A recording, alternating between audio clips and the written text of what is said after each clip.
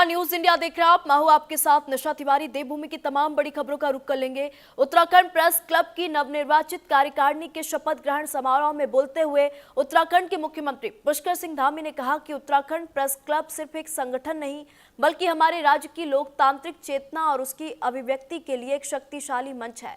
ये एक बहुत शक्तिशाली मंच है जहां लोग अपने विचार व्यक्त कर सकते हैं।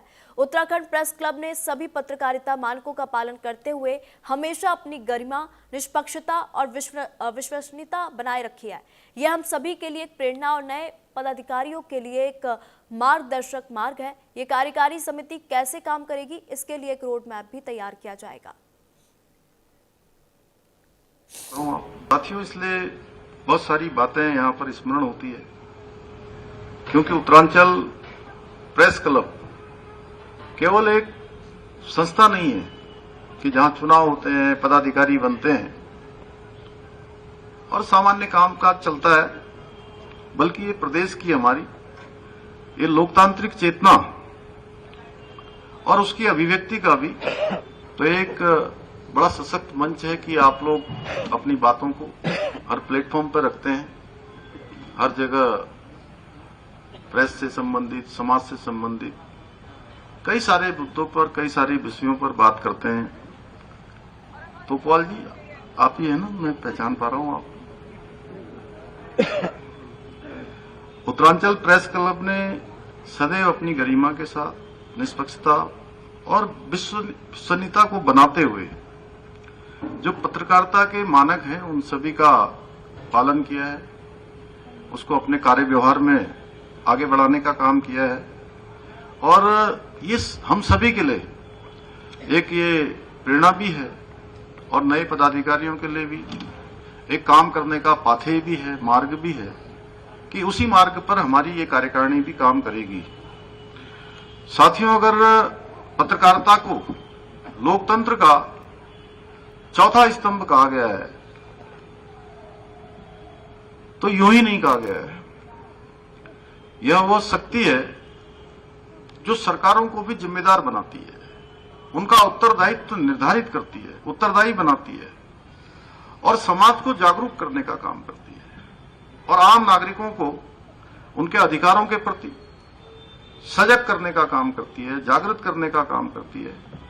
स्वतंत्र, जागरूक और जिम्मेदार पत्रकारिता सरकार और जनता के बीच एक मजबूत सेतु का काम करती है और समन्वय का काम करती है, उनको जोड़ने का भी काम करती है और संवाद स्थापित करने का एक माध्यम भी बनती है।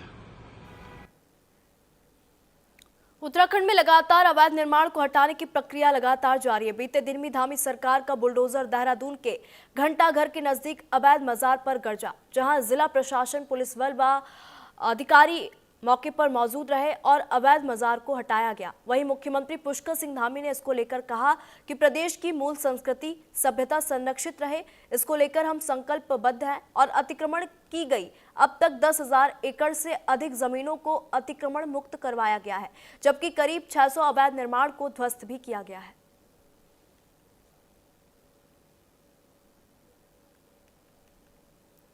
भूमि है, यह आयुष की भी भूमि है, योग की भी भूमि है।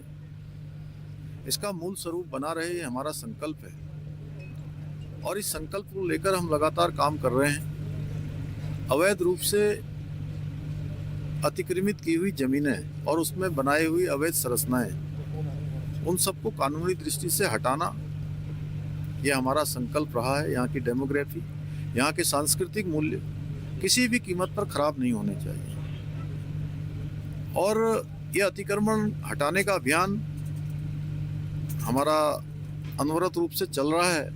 अभी तक राज्य के अंदर 10,000 एकड़ से भी अधिक ऐसी अतिक्रमित की हुई जमीनें, 600 के आसपास अवैध संरचनाएं, इन सभी को हटाने का काम, इस अतिक्रमण भूमि को मुक्त कराने का काम हमने किया है। पिछले दिनों हमने एक और निर्णय लिया है कि परिवार रजिस्टर उसको हमारे सभी जिलाधिकारी अपनी देखरेख में रख लेंगे, उसको अपने कब्जे में ले लेंगे और उसकी गहनता से जांच होगी, उसका सत्यापन किया जाएगा। मुख्यमंत्री पुष्कर सिंह धामी ने गुमखाल पौड़ी सड़क को केंद्र की मंजूरी मिलने पर बयान देते हुए कहा कि गुमखाल से पौड़ी तक प्रस्तावित सड़क परियोजना को भारत सरकार ने स्वीकृति प्रदान कर दी है, जिससे उत्तराखंड के सड़क परिवहन क्षेत्र को बड़ी मजबूती मिलेगी। मुख्यमंत्री ने यह भी कहा कि केंद्र सरकार से राज्य को सड़क विकास के लिए पर्याप्त धनराशि और कई महत्वपूर्ण योजनाएं प्राप्त हुई है। हाल ही में हुई बैठक में इन परियोजनाओं पर विस्तार से चर्चा की गई है। सीएम धामी ने प्रधानमंत्री और केंद्रीय सड़क परिवहन मंत्री का आभार व्यक्त करते हुए कहा कि इन निर्णयों से दूरस्थ क्षेत्रों की कनेक्टिविटी सुधरेगी, आवागमन सुगम होगा और स्थानीय विकास को गति मिलेगी। उन्होंने इसे उत्तराखंड की जनता के लिए बड़ी उपलब्धि बताया।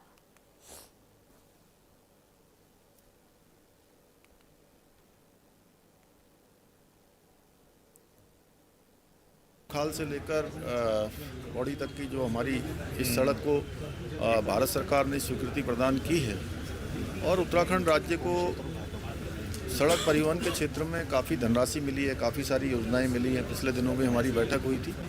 मैं इसके लिए माननीय प्रधानमंत्री जी का और माननीय सड़क परिवहन मंत्री जी का बहुत धन्यवाद करता हूं। उत्तराखंड की जनता की तरफ से आभार व्यक्त क्षेत्र को लेकर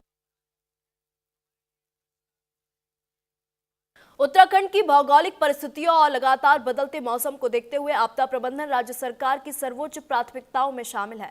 इसी क्रम में मुख्यमंत्री पुष्कर सिंह धामी ने आपदा से निपटने की तैयारियों और बीते अनुभवों को साझा किया। उन्होंने कहा कि उत्तराखंड आपदा की दृष्टि से अत्यंत संवेदनशील राज्य है।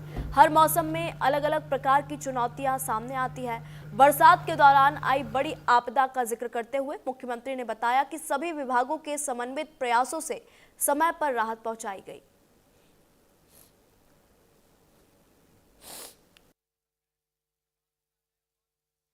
हमारा जो राज्य है वो आपदा की दृष्टि से अत्यंत संवेदनशील हमारी भौगोलिक परिस्थितियां हैं यहाँ और हर मौसम में हमें अलग अलग प्रकार की आपदाओं का उनकी चुनौतियों का सामना करना पड़ता है। जैसे बरसात से पहले हम लोगों ने ऐसी कार्यशालाएं भी आयोजित की थी, अनेक तैयारियां की थी और इस वर्ष हमको बड़ी आपदा का सामना करना पड़ा था, लेकिन हमारे सभी लोगों के सभी विभागों के समन्वित प्रयासों से हम लोग उस आपदा के कठिन दौर में लोगों तक सहायता पहुंचाने में काफ़ी हद तक सफल रहे।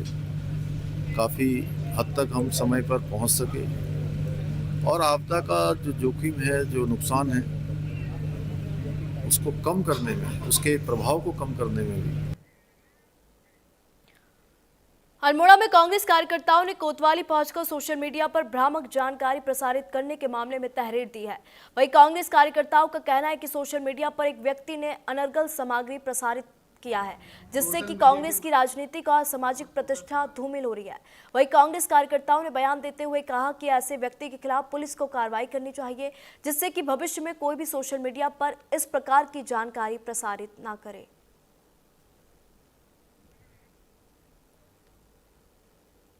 जिस कार्यक्रम में कांग्रेस का कोई मतलब नहीं था, न कांग्रेस का कोई पदाधिकारी, न कोई प्रतिनिधि, न कोई कांग्रेस का आम सदस्य उस कार्यक्रम में उपलब्ध नहीं था, उसके बावजूद भी कांग्रेस की छवि को बदनाम करने के लिए महेश पाठक उर्फ गोलू नाम के व्यक्ति ने सोशल मीडिया में कांग्रेस को बदनाम करने की साजिश रची है कि उस वक्तव्य को, जो उस महिला के द्वारा वहाँ पर वक्तव्य दिया गया, उस वक्तव्य को देते हुए सोशल मीडिया में कांग्रेस की छवि को धूमिल करने का प्रयास किया गया, जिसके विरोध में हम आज उनके लिए, उसके खिलाफ एफआईआर करने के लिए कोतवाली में आए हुए हैं।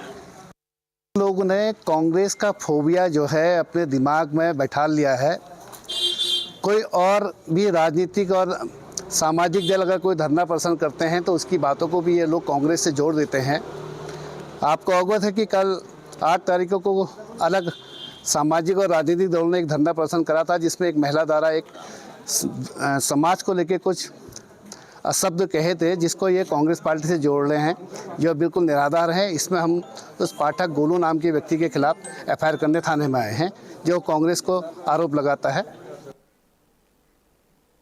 अल्मोड़ा में महिलाओं ने सीओ सिटी को यूट्यूबर ज्योति के द्वारा धार्मिक भावनाओं को ठेस पहुंचाने के खिलाफ तहरीर सौंपी। महिलाओं का यह कहना है कि उक्त यूट्यूबर द्वारा सामाजिक मंचों पर अनर्गल बयानबाजी कर देवी देवताओं का व धार्मिक भावनाओं का उपहास उड़ाया जा रहा है, जिस कारण उक्त महिला पर प्राथमिकी दर्ज की जाए।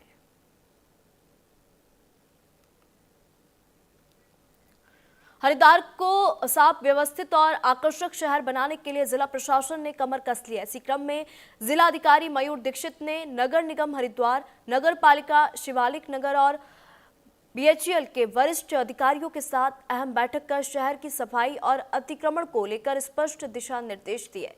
बैठक में नगर पालिका शिवालिक नगर के आसपास ग्राम रावली, विद्युतीय रोशनाबाद सहित अन्य क्षेत्रों में निकलने वाले कूड़े के निस्तारण पर विशेष फोकस किया। डीएम ने अधिकारियों को निर्देशित किया कि कूड़ा डंपिंग जोन की स्थायी और प्रभावी व्यवस्था सुनिश्चित की जाए ताकि शहर में गंदगी ना फैले।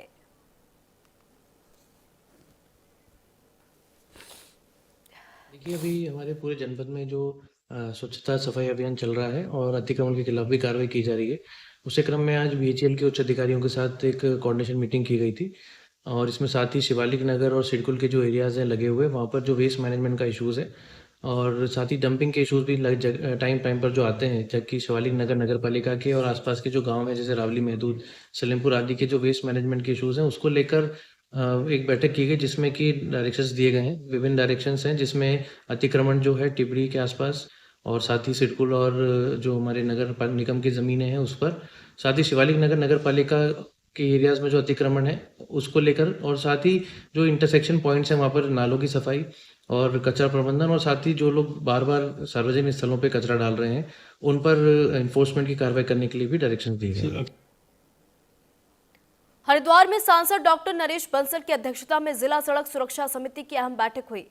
बैठक में सड़क दुर्घटनाओं पर नियंत्रण और जन जागरूकता बढ़ाने को लेकर कई महत्वपूर्ण निर्देश भी दिए गए। बता दें कि जिला कार्यालय सभागार में हुई इस बैठक में सांसद नरेश बंसल ने अधिकारियों को सड़क सुरक्षा को लेकर सख्त निर्देश दिए। उन्होंने कहा कि अब जनपद के सभी पेट्रोल पंपों पर बिना हेलमेट दोपहिया चालकों को पेट्रोल नहीं दिया जाएगा।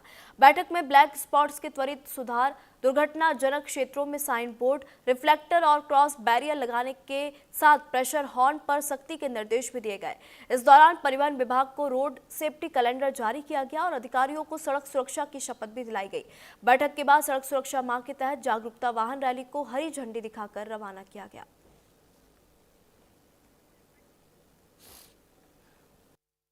सड़क सुरक्षा माह ये चल रहा है।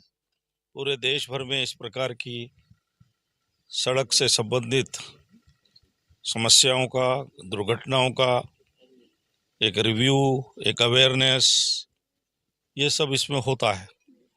उसी के अंतर्गत आज हरिद्वार जिले की ये समीक्षा थी। मुझे बताते हुए खुशी है कि यहाँ के सभी विभागों के तालमेल से चालान भी बढ़े हैं, अवेयरनेस भी बढ़ी है और दुर्घटनाओं में कैजुअलिटीज में कमी आई है। प्रोत्साहन के माध्यम से अब लोगों में इतनी अवेयरनेस आई है कि दुर्घटना होने पर गोल्डन आवर में उनको हॉस्पिटलाइज करना ये आम नागरिक अपना कर्तव्य समझने लगा है। रुड़की में बिजली चोरी के खिलाफ ऊर्जा निगम ने बड़ी कार्रवाई करते हुए पूरे इलाके में हड़कंप मचा दिया। बता दें कि विजिलेंस, पीएसी और ऊर्जा निगम की संयुक्त टीम ने एक साथ 5 गांवों में छापेमारी कर 160 से अधिक बिजली चोरी के मामलों का बड़ा खुलासा किया। बता दें कि जांच में ये सामने आया कि कई घरों में सीधे पोल से अवैध कनेक्शन लेकर बिजली का इस्तेमाल किया जा रहा था। वहीं मोटरों और पानी की टंकियों में भी चोरी की बिजली चल रही थी। ऊर्जा निगम ने सभी मामलों में विद्युत चोरी अधिनियम के तहत मुकदमे दर्ज कराने की प्रक्रिया शुरू कर दी है। ऊर्जा निगम के अधिशासी अभियंता अनिल मिश्रा ने कहा कि बिजली चोरी किसी भी सूरत में बर्दाश्त नहीं किया जाएगा और आगे भी इस तरह का अभियान जारी रहेगा।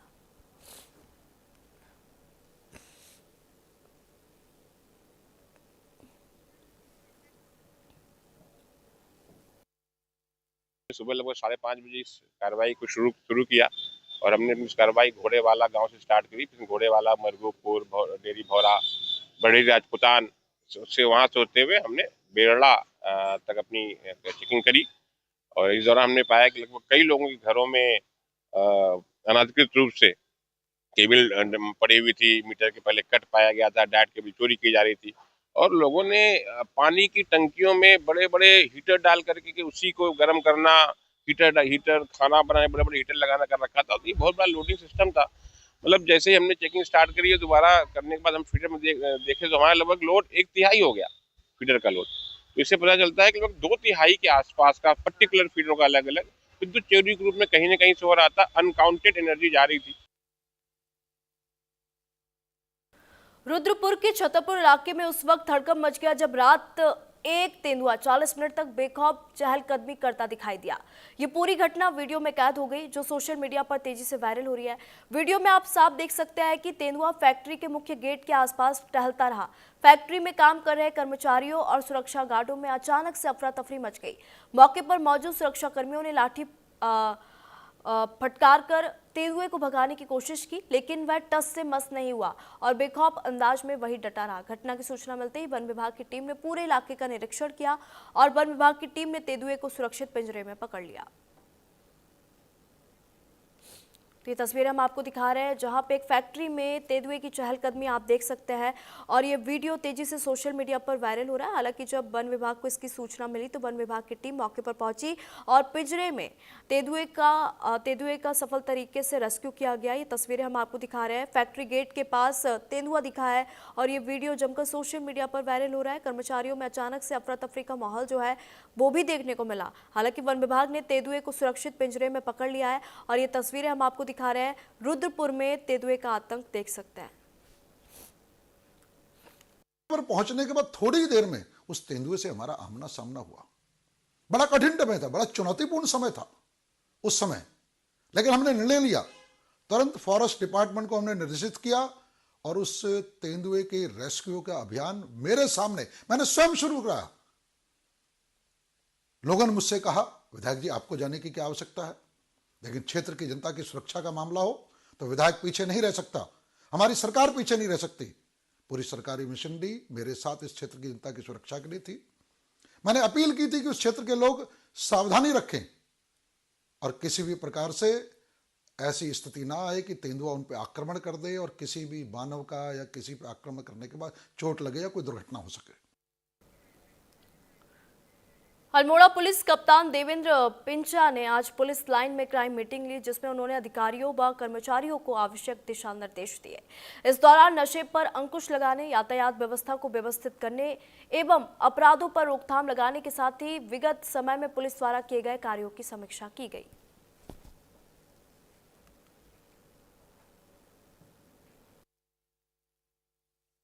पिछले जो पूरे साल भर में कह सकूँ जितने क्राइम हमारे अनवर्कआउट रह गए उनको हमें कैसे और आगे वर्कआउट करना है, कैसे जो हमारे रिकवरी परसेंटेज और बाकी चीज़ों को हमें कैसे और फोकस करना है, उसके ऊपर मैंने विशेष फोकस किया। साथ साथ में जो ट्रैफिक की समस्याएं रही है उसको हमें कैसे ठीक करना है उसके ऊपर भी हमने ध्यान दिया। विशेषकर अल्मोड़ा और जागेश्वर में ट्रैफिक लगातार चैलेंज बढ़ रहे हैं, उसको हमें और कैसे ठीक करना है उसके ऊपर आज मेरे द्वारा देखा गया।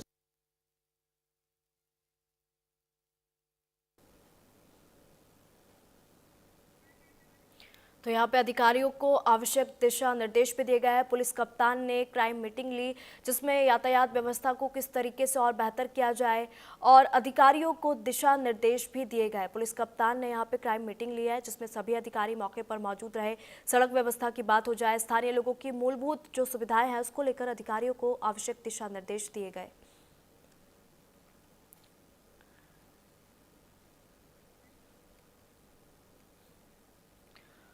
तो वही हरिद्वार के प्रेस क्लब में हिंदूवादी नेत्री साध्वी प्राची और डॉक्टर चैतन्य सरस्वती ने प्रेस वार्ता कर बड़ा आरोप लगाया। साध्वी प्राची ने दावा किया कि स्वामी चैतन्य सरस्वती के आश्रम पर कब्जा कर उन्हें जबरन बेघर कर दिया गया। उन्होंने कहा कि कुछ लोगों की साजिश के चलते एक संत को सड़क पर भटकने को मजबूर होना पड़ा है।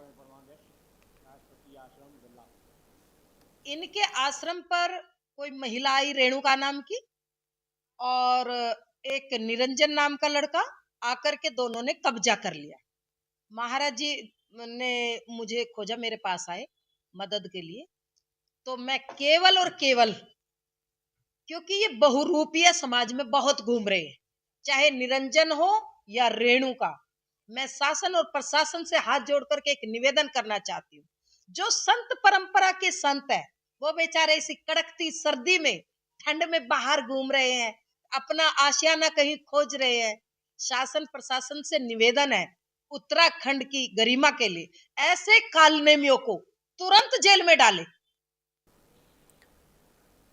कोटद्वार के सने इलाके में प्रकृति प्रेमियों के लिए 31 जनवरी व 1 फरवरी को 2 दिवसीय बर्ड वॉचिंग महोत्सव का आयोजन किया गया। जिलाधिकारी स्वाति एस भदौरिया की पहल पर हो रहे इस आयोजन का उद्देश्य क्षेत्र की समृद्ध जैव विविधता और पक्षी प्रजातियों की पहचान कराना तथा आमजन को पर्यावरण संरक्षण के प्रति जागरूक करना है। जिलाधिकारी पौड़ी स्वाति भदौरिया ने बताया कि महोत्सव के दौरान पक्षियों के व्यवहार, उनके प्राकृतिक आवास और संरक्षण से जुड़ी महत्वपूर्ण जानकारियां दी जाएंगी। कार्यक्रम में स्थानीय नागरिकों के साथ प्रदेश व अन्य राज्यों से आए अनुभवी बर्ड वॉचर भी भाग लेंगे। डीएम ने कहा कि सने क्षेत्र जैव विविधता की दृष्टि से अत्यंत महत्वपूर्ण है, जहां कई दुर्लभ स्थानीय व प्रवासी पक्षी पाए जाते हैं।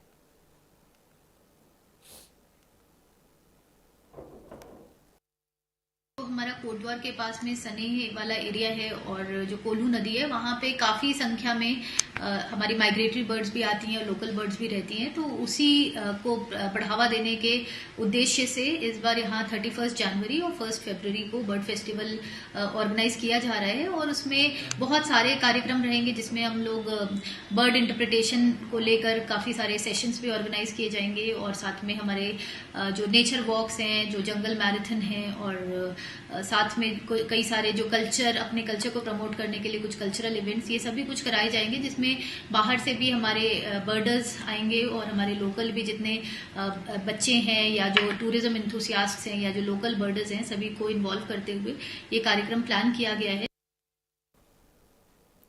हरिद्वार में रुड़की स्थित खंजरपुर में पनीर निर्माण पर प्रशासन की बड़ी कार्रवाई देखने को मिली। बता दें कि सुबह 7 बजे खाद्य सुरक्षा विभाग व प्रशासन की संयुक्त टीम में छापेमार कार्रवाई की, जहां डेयरी से करीब 1 कुंटल पनीर बरामद किया गया। साथ ही मौके पर गहन जांच भी की गई। पनीर के 2 सैंपल जांच के लिए राज्य प्रयोगशाला भेजे गए हैं।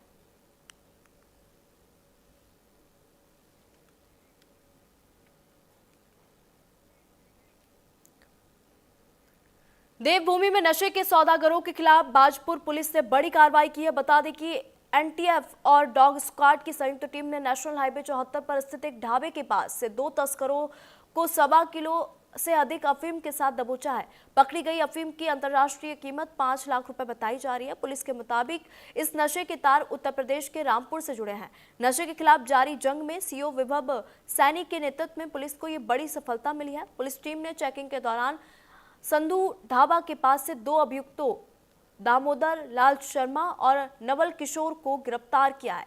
इनके कब्जे से कुल 1 किलो 321 ग्राम अफीम बरामद की गई है।